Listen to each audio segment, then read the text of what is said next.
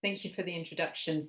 I'm going to talk today about the impact of COVID-19 on hepatitis elimination from a modelling perspective. So unfortunately, this type of graph and the numbers and the impact of COVID-19 we're all too aware of, and the global death toll from COVID-19 was over 1.4 million deaths and over 63 million documented cases, with devastating consequences, both direct and indirect. It is really within this context that I'm trying to put the hepatitis elimination agenda in. In 2016, the WHO adopted these ambitious hepatitis elimination goals, which aim to reduce hepatitis B and C incidence by 90% and mortality by 65% by 2030. This is now a decade away. And what we want to consider is how is this affected by the current COVID-19 pandemic? Firstly, have hepatitis services been disrupted? Why, where, by how much, and how sustained are these disruptions? And what impact could these disruptions have on hepatitis-related deaths, new infections, and the hepatitis elimination agenda? And then thirdly, we need to think about what strategies can be adopted to mitigate these detrimental effects, and these will be covered by other speakers during this session. Unfortunately, disruptions have been seen across all domains of viral hepatitis services: vaccination, testing and treatment, liver cancer surveillance and treatment, and harm reduction services. I'll just talk about a few examples that we've seen in the literature. Vaccination and antenatal care has been disrupted, and there's a WHO Pulse survey on the continuity of essential health services during COVID-19, and highlighted and boxed in blue, I've really noted antenatal care, facility-based birth, and routine immunization services have either been partially disrupted or even severely disrupted, as witnessed in this survey. Now, this affects hepatitis B infant vaccination and birth dose, and antenatal screening in pregnancy. If we home in a bit further, it's actually the outreach disruptions to vaccination activities which have been the most profound, and actually the Afro region is substantially affected by this. Furthermore, viral hepatitis testing and treatment has been affected.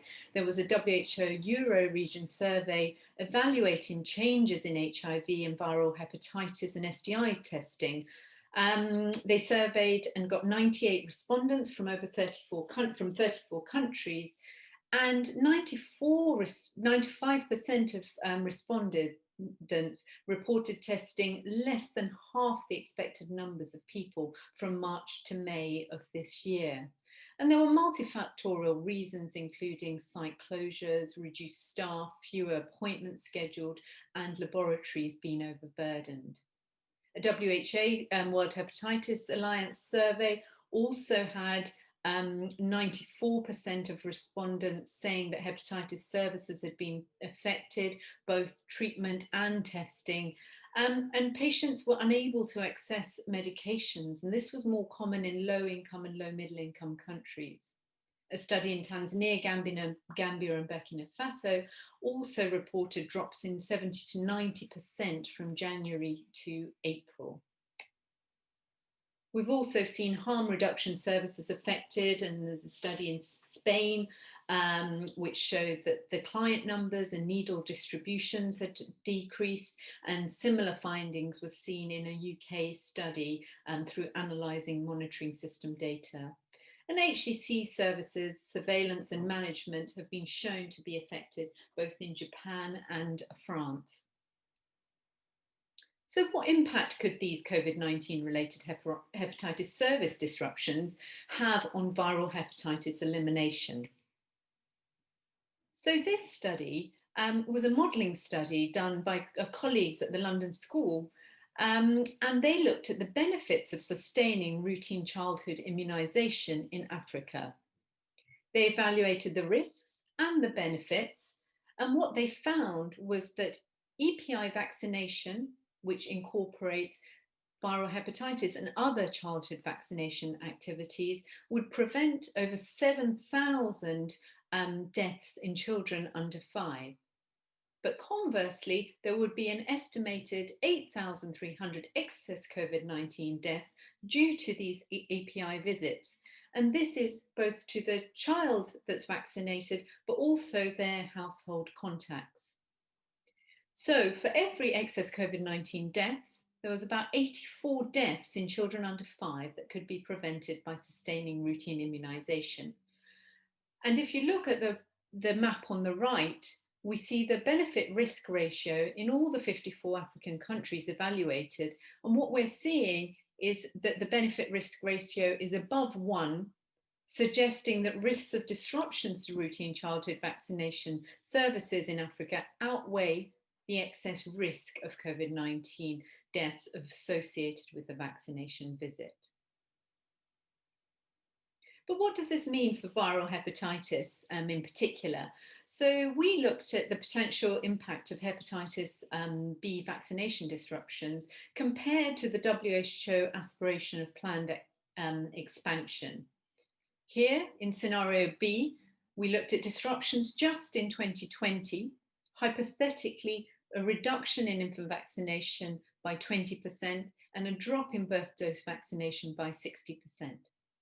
And what we can see is that it's the birth cohort of 2020 that is significantly affected, and it potentially would lead to 630,000 additional chronic Hep B infections and 130,000 hepatitis B related deaths.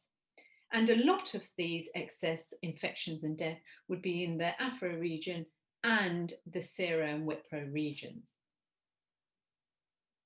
But of course, there might be a disruption now, but what if there's also a delay in planned expansion and a slower recovery such that the targets are reached 10 years later than they would otherwise? So a sort of worst case scenario, if you will. And here, what we can see, this potentially has an even larger impact with 5.3 million additional chronic Hep B infections and 1 million hepatitis B related deaths over the birth cohort of 2020 to 2030. And again, substantially, it's the WHO Afro region which will be affected, who are due to expand hepatitis B vaccinations. But that scenario, those two scenarios, were compared to planned expansion. What if we compare it to status quo and hone in on hepatitis B birth dose vaccination? Here on the x-axis, we see the percentage reduction of hepatitis B birth dose coverage at 5%, 10%, 15%, and 20%. And what we can see is there's potentially 2,000 to 9,000 additional hepatitis related deaths in the birth cohort of 2020 to 2030. And this, unlike previously, is most significant in the Western Pacific and the Sierra region. Now, the reasons for this is that status quo levels of coverage, birth dose is very low in the WHO Afro region, so reductions would have much less impact compared to the planned expansion. Now, here is a study on hepatitis C elimination and the potential impact of disruptions. Here, Black and colleagues published in the Journal of Hepatology looking at the impact of a 1-year delay in hepatitis C-related diagnosis and treatment, and found that over 10 years, this could potentially lead to 72,000 excess liver-related deaths and over 44,000 excess liver cancers. And this impact, they found, varied by income grouping, with most excess incident infections in low middle income countries and most excess liver cancers and liver-related deaths in high income setting. Again, this is a theoretical exploration of what the potential impacts could be. So in summary, there's increasing evidence that viral hepatitis services have been affected due to COVID-19 related disruptions, and the reasons are multifactorial. The scale and type of disruptions are likely to differ across settings, and we don't know how sustained these disruptions would be.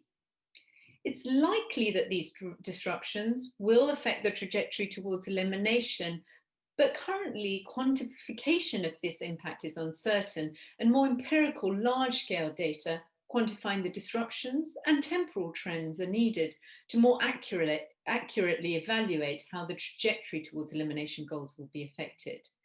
The measures need to be put in place to mitigate these risks and balance up the risk and benefit of resuming viral hepatitis activities as safely as possible.